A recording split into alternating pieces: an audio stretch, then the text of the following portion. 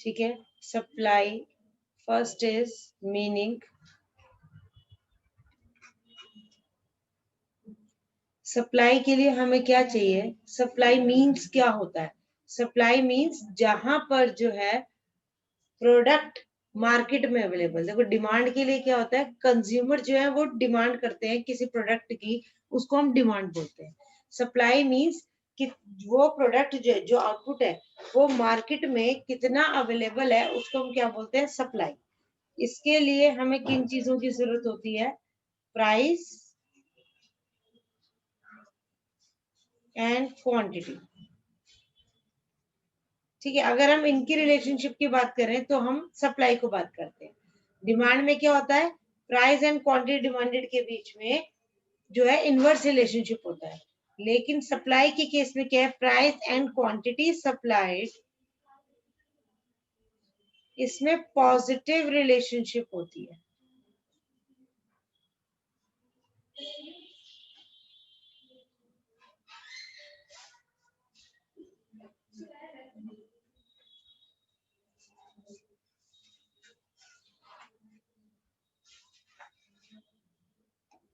Positive relationship, ठीक है। इसके लिए भी क्या क्या चीजें चाहिए, first is willingness,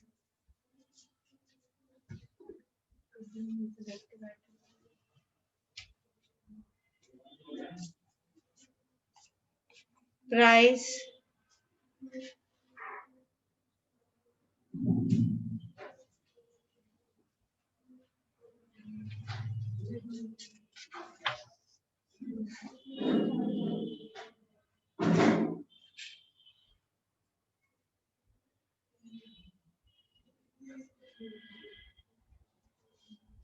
period of time.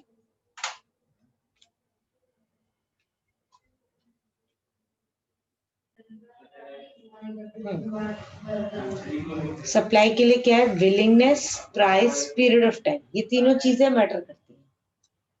ठीक है, then fourth is quantity, market में कितनी क्वांटिटी है उसकी, ये चीज। दैट मीन्स जो सप्लाई है वो क्या है, it refers to quantity of a commodity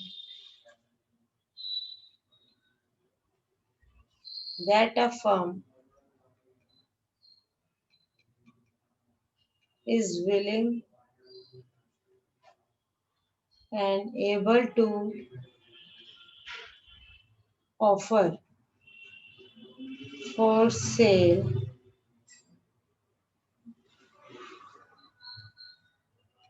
at a given price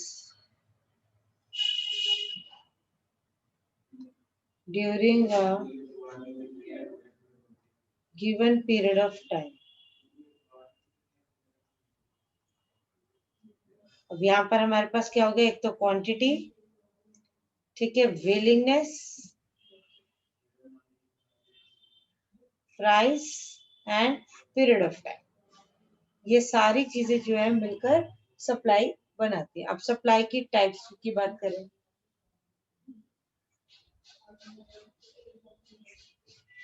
क्या हो सकती है, इंडिविजुअल एंड मार्केट सप्लाई। ठीक है, individual and market supply. Individual supply में हम क्या बात करेंगे, सिर्फ एक इंडिविजुअल पर्सन कितना, या एक इंडिविजुअल फर्म जो है वो कितनी क्वांटिटी बाय करना चाहता है, कितने, किस टाइम पीरियड पर और किस प्राइस पर। एंड मार्केट में sum of all the sum, all the firms, उन सबको हम ऐड कर लेते हैं। देन टू कॉन्सेप्ट्स जो डिफरेंट है, one is supply and another is stock. What do you mean by supply? कई बार होता है ना, सप्लाई एंड स्टॉक को हम एक जैसा ही समझते हैं, देन सप्लाई जो है लेकिन इकोनॉमिक सेंस में बोथ जो है वो डिफरेंट है। इसको हम कह सकते हैं part of stock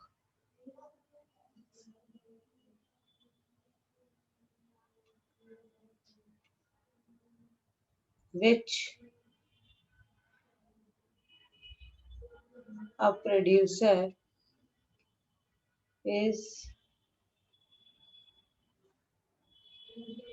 willing to bring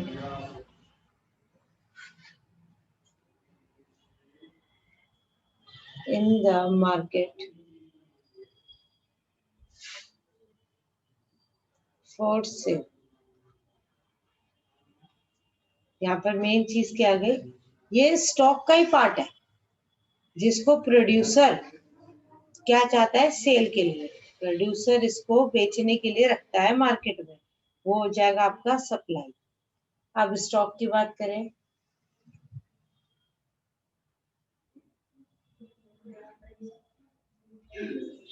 total quantity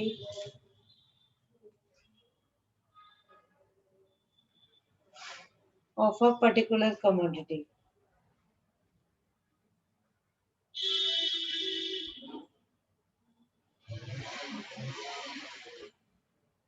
available with the firm।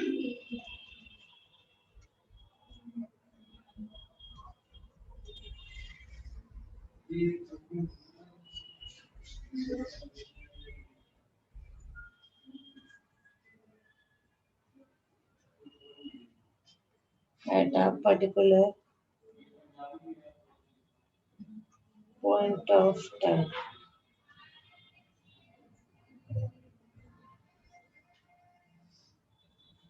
जो टोटल क्वांटिटी है वो जो मार्केट में अवेलेबल है फर्म के पास, वो एक पर्टिकुलर पॉइंट ऑफ टाइम में कितनी है उसको हम क्या बोलते हैं, स्टॉक। ठीक है, एंड सप्लाई के लिए क्या है, ये स्टॉक का ही पार्ट है, पार्ट ऑफ स्टॉक जिसको हम क्या करेंगे, मार्केट में प्रोड्यूसर सेल के लिए दे देता है। ठीक है,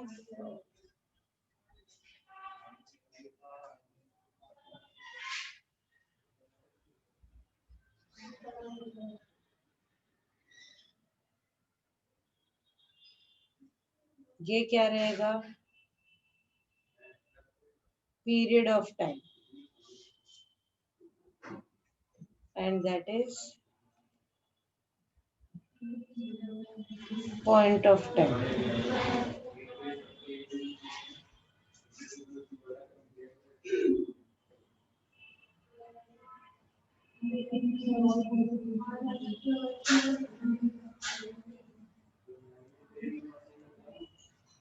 यहाँ पर क्या है, फिक्स्ड क्वांटिटी, बट ये वेरी करेगा with the change in price. ठीक है, तो ये चेंज जो है ये इनमें मेजर डिफरेंस हो गया। अब बात करें डिटर्मिनेंट्स।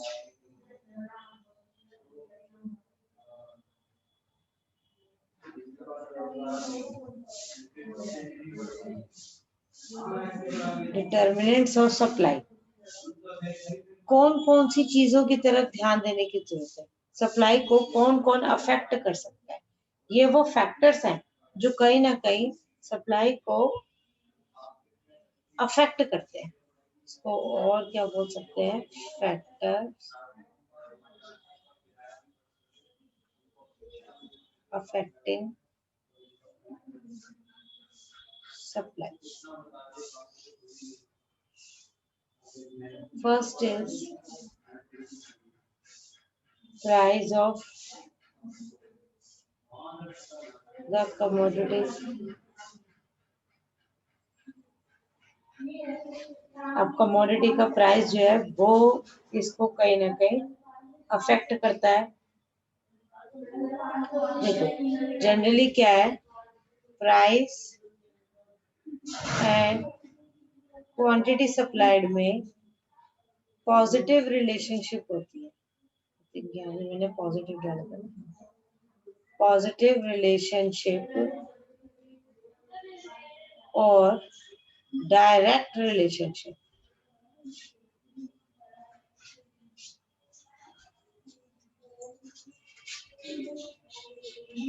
ठीक है, डायरेक्ट रिलेशनशिप। अगर प्राइस बढ़ेगा तो क्वांटिटी सप्लाइड भी बढ़ेगी, प्राइस कम होगा तो क्वांटिटी सप्लाइड भी कम होगी।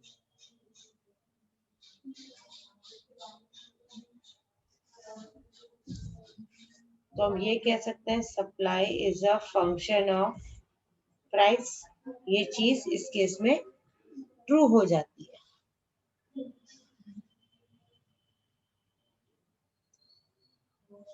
और ये भी हम क्यों सोचते हैं कि अगर प्राइस बढ़ा है तो क्या है, मार्केट में जितनी सप्लाई दे सकते हो दे दो। प्रोड्यूसर क्या सोचता है, अब प्राइस अगर बढ़ गया है तो जितनी सप्लाई डाल सकते हो डालो। क्यों?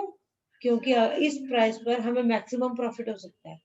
अब जब हमें पता है इस टाइम पर मैक्सिमम प्रॉफिट हो सकता है, प्राइस बढ़ रहा है तो सप्लाई ज्यादा डाल दो, तो अच्छी बात है ना, बढ़ने दो जितना बढ़ रहा है। तो उसीलिए क्या है, अगर प्राइस बढ़ता है तो क्वांटिटी सप्लाई जो है वो भी इंक्रीज हो जाता है। अब जैसे जनरल सेंस देखो, अभी दिवाली के टाइम पर सबको पता है मिठाइयों में अगर उसका प्राइस इंक्रीज हो रहा है, टाइम पीरियड भी है, ओकेजन है, प्राइस इंक्रीज हो रहा है, तो क्या है, प्रोड्यूसर क्या सोचेगा, क्वांटिटी सप्लाइड जो है वो भी मैं इंक्रीज कर दूं। क्योंकि क्वांटिटी सप्लाइड जो है वो इंक्रीज करने से उसको बेनिफिट मिलता है। वो क्या कर सकता है, इसको जो है ज्यादा उसमें इंक्लूड करके ज्यादा वो डालकर इस टाइम पर मैक्सिमम प्रॉफिट अर्न कर सकता है, और ये होता भी है। ये जनरल सेंस है। Then next, second, prices of other goods।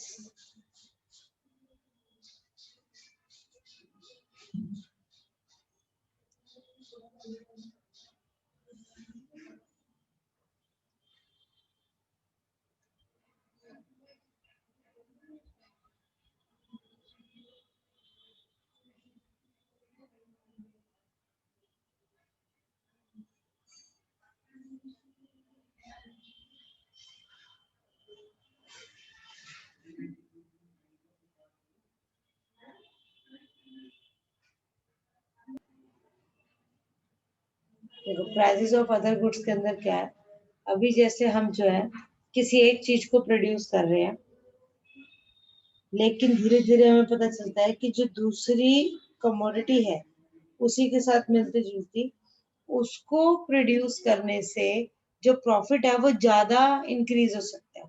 तो ऐसे में क्या है, हम दूसरी चीज का प्रोडक्शन जो है वो ज्यादा इंक्रीज कर देते हैं। जैसे मान लो आप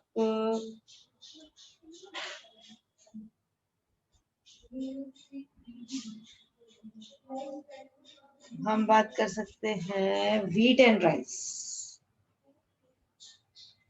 व्हीट एंड राइस। अभी हम क्या है, व्हीट का प्रोडक्शन इंक्रीज कर रखा था, बट राइस के प्राइसेस अभी ज्यादा है। अगर मैं राइस का प्रोडक्शन इंक्रीज कर दूं, उससे मुझे क्या है, ज्यादा प्रॉफिट अर्न हो सकता है। अगर इसका प्राइस ज्यादा तो मैं इसका प्रोडक्शन जो है मार्केट में इसकी सप्लाई इंक्रीज कर दूं, जिससे क्या है, मेरे प्रॉफिट्स इंक्रीज हो सकते हैं। तो प्राइस ऑफ अदर गुड्स का भी अफेक्ट कहाँ आता है, हमारी कमोडिटी पे, पर्टिकुलर कमोडिटी पे। अब मैं इसका प्रोडक्शन इंक्रीज कर दूंगी तो वीट का तो कम करना पड़ेगा ना, तो इस पर इफेक्ट आएगा ही आएगा, इसकी सप्लाई पर इफेक्ट आएगा ही आएगा। Then third, prices of factors of production.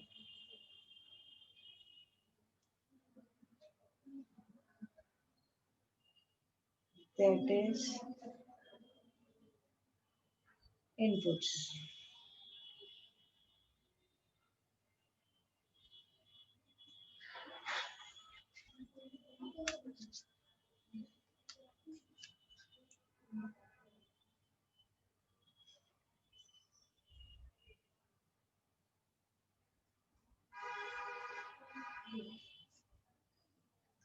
अब हमारे क्या है, जो इनपुट्स है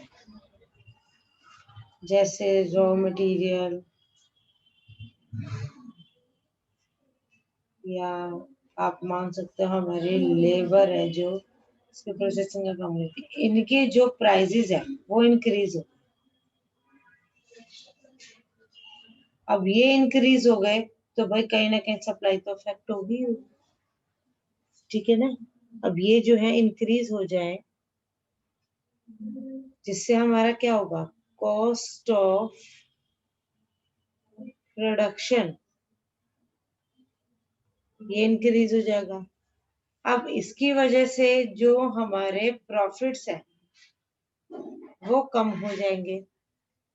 ऐसे में हमें क्या करना पड़ेगा, हमारी सप्लाई को कम करना पड़ेगा, क्योंकि बड़े रेट पे कोई भी ज्यादा लेने को तैयार नहीं होगा, ठीक है। फिर स्टेट ऑफ टेक्नोलॉजी,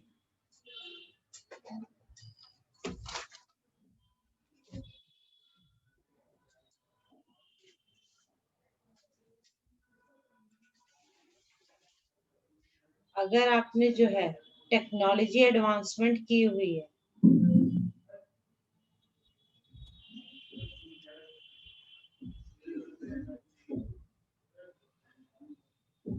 अगर ये बढ़िया है, ये इंक्रीज हुई है, ठीक है, अच्छी जो है एडवांस्ड आपने टेक्नोलॉजी कर रखी है, तो इससे आपकी जो कॉस्ट ऑफ प्रोडक्शन है वो क्या हो जाएगा, कम हो जाएगा, जिससे आपके प्रॉफिट्स इंक्रीज हो जाएंगे। इसकी वजह से आपकी जो सप्लाई है, देखो जब भी आपको प्रॉफिट ज्यादा हो रहेंगे प्रोड्यूसर क्या कर देगा, सप्लाई इंक्रीज। हमेशा प्रोड्यूसर जो क्या है, क्या इंक्रीज करेगा, सप्लाई इंक्रीज जरूर करेगा।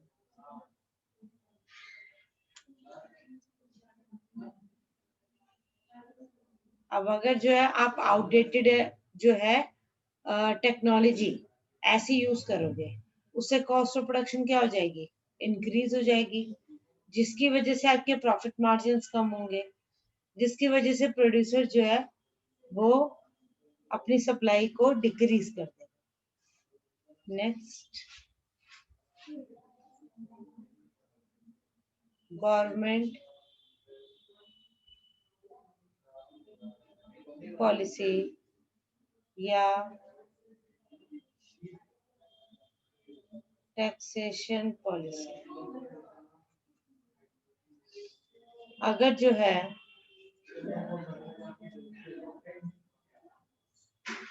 टैक्स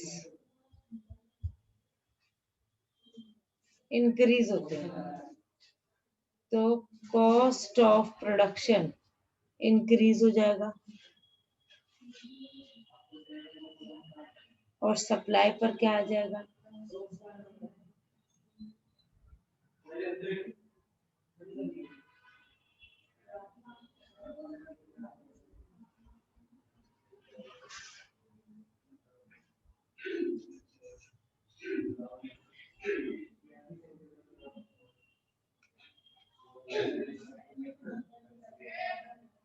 टैक्स बढ़ गया। अब आपकी जो प्राइस पहले मानकर चलो 50 रुपए का था, आज टैक्स बढ़ने से वो 55 हो गया, प्राइस इंक्रीज हो गया। अब इसका प्राइस ज्यादा इंक्रीज हो गया, जिसकी वजह से जो है आपके प्रॉफिट्स वो कम हो गए। अब इसकी वजह से आपको क्या करना पड़ेगा, आपको अपनी सप्लाई उसको कम करना पड़ेगा। क्यों, क्योंकि आपको प्रॉफिट्स नहीं आ रहे तो आप ज्यादा सप्लाई देकर बेनिफिट नहीं है।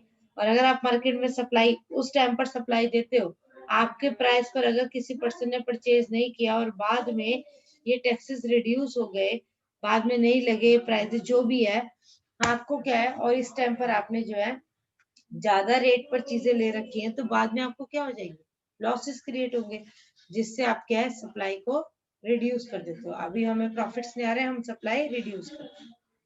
बट अगर जो है गवर्नमेंट अभी जो है आपको टैक्स में छूट दे देती है, रिबेट मिल रही है, या आप ये कह सकते हो कंसेशन मिल रहा है, ऐसे केसेस में आप क्या करोगे इस टाइम पर, या आपको सब्सिडी प्रोवाइड कर रहे हैं,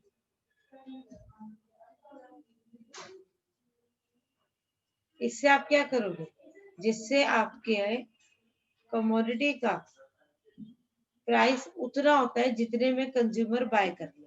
आपके इवन ये कह सकते हो प्रॉफिट्स इस टाइम पर इंक्रीज हो जाते हैं, जिसकी वजह से आप सप्लाई को क्या कर देते हो, इंक्रीज। तो ये भी कहीं ना कहीं हमें अफेक्ट कर रहे हैं। वो चीजें जिससे सप्लाई पर फर्क आता है, वही आपके फैक्टर्स ऑफ प्रोडक्शन होते हैं। फिर ऑब्जेक्टिव ऑफ द फर्म, किस ऑब्जेक्टिव पे काम कर रही है? मेन ऑब्जेक्टिव क्या होता है? प्रॉफिट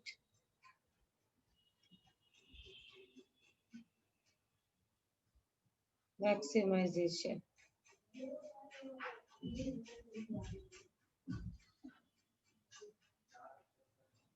अब प्रॉफिट मैक्सिमाइजेशन की चीजें जो है, इसी के लिए जो है फर्म जो है प्रोड्यूस करती है। बट कभी कभी क्या होता है, मार्केट में सरवाइव करने के लिए हम जो है ऐसी चीजों को भी प्रोड्यूस करते हैं जिनसे ज्यादा प्रॉफिट जो है हमें वो नहीं आता।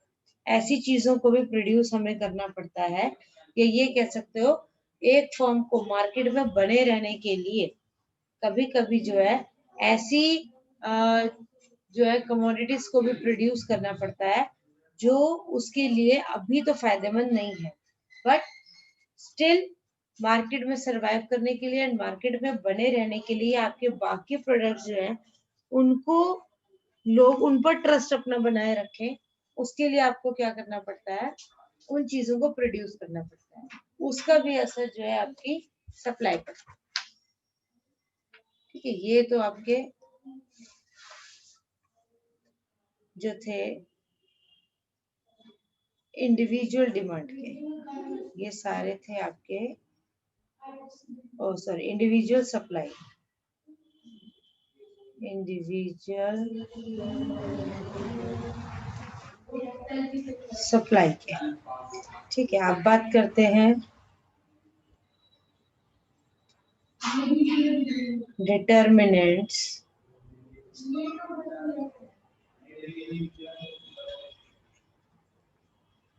ऑफ सप्लाई मार्केट के।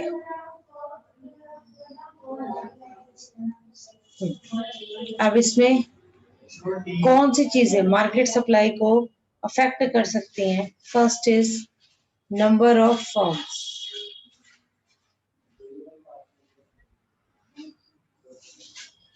इन द मार्केट,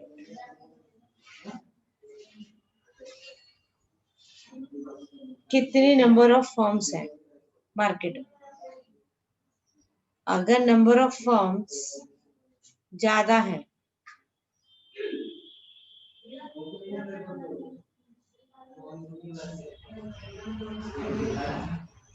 उससे क्या होगी आपकी सप्लाई?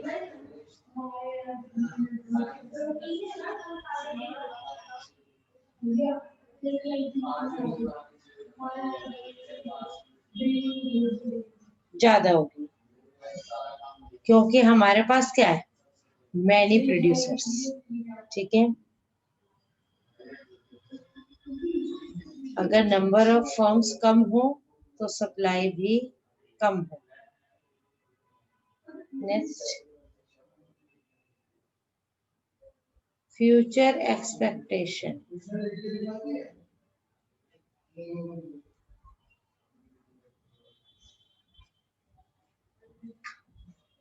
About price.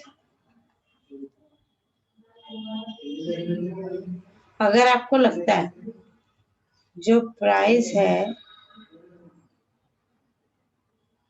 फ्यूचर में इंक्रीज हो सकता है, तो आपकी जो है सप्लाई अभी की डिक्रीज हो जाएगी। लेकिन फ्यूचर में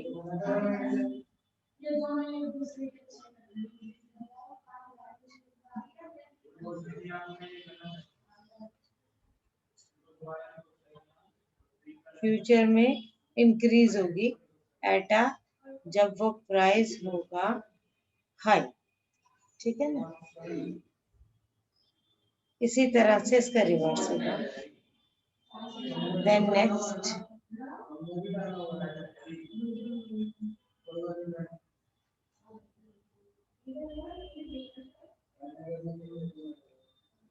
ट्रांसपोर्टेशन एंड कम्युनिकेशन।